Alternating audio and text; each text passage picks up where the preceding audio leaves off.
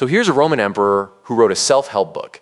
Except Marcus Aurelius didn't write it for you. He wrote it for himself. Meditations is basically his personal diary.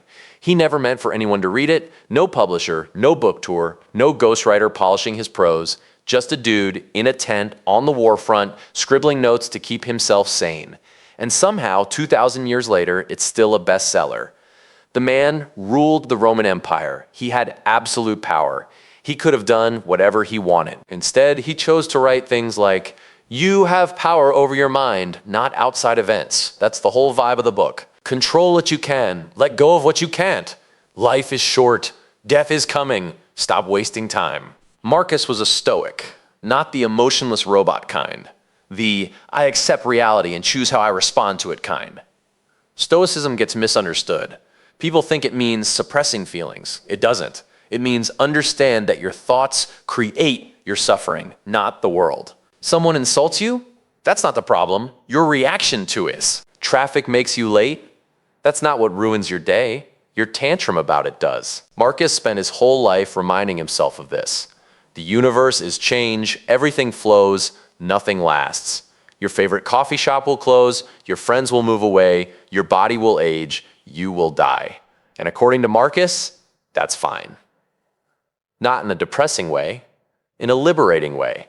When you accept that nothing is permanent, you stop clinging. You stop chasing fame, wealth, and validation, because those things disappear too. He was literally the most powerful man in the world, and he kept telling himself not to care about status.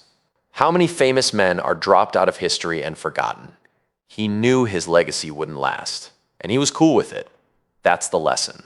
Stop living for applause. Stop waiting for someone to notice how hard you're working. Just do the work. Be good.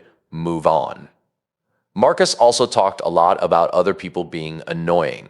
Because let's be real, people are annoying. They lie, they complain, they do dumb things. His advice? Expect it. When you wake up, tell yourself, today I will meet people who are selfish, ungrateful, and rude. Not to be cynical. To be prepared. When someone acts badly, you won't be shocked. You'll just think, yep, called it. And then you can respond with patience instead of rage. Because their bad behavior doesn't have to infect you. You can still choose to be kind. The book is full of reminders like this. Short, punchy, repetitive. Because Marcus needed to hear them over and over.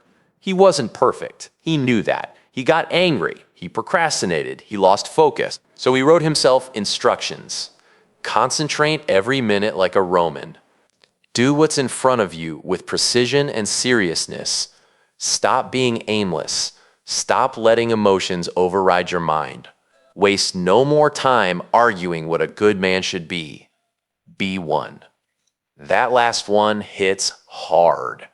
We spend so much time debating what the right thing is, planning, overthinking. Marcus says skip all that. Just do the right thing now. Another big theme, the present moment. Don't stress about the future. Don't regret the past. Focus on what's in front of you. That's all you have. That's all anyone has. He ruled an empire. He had wars to plan, policies to implement, crises to manage.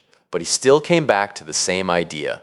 This moment is enough. Marcus also believed in universal connection. We're all part of the same organism. Humanity, nature, the cosmos. When you hurt someone, you hurt yourself. When you help someone, you help yourself. It's not just moral philosophy, it's survival. We need each other. So treat people well, even when they don't deserve it.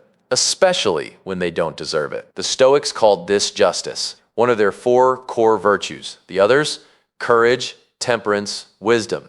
These aren't abstract concepts. They're daily practices. Courage means facing fear without being controlled by it. Temperance means moderation and indulging every craving. Wisdom means seeing things clearly, no delusions.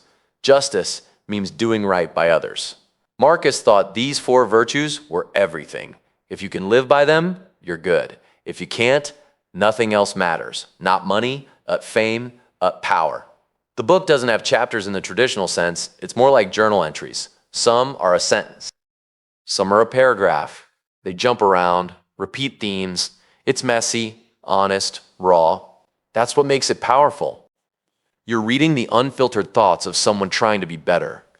Someone who had every reason to be arrogant but chose humility. Someone who had every excuse to be cruel but chose kindness. Someone who could have written his name in history but cared more about living well. And what does living well mean to Marcus? It means accepting your fate. It means being useful to your community. It means not complaining about things you can't change. It means doing your duty without needing recognition. It means being calm when others panic. It means remembering you're gonna die, so you better make this count. One of his most famous lines is, "The obstacle is the way." When something blocks your path, don't rage against it. Use it. Adapt. Find a new route.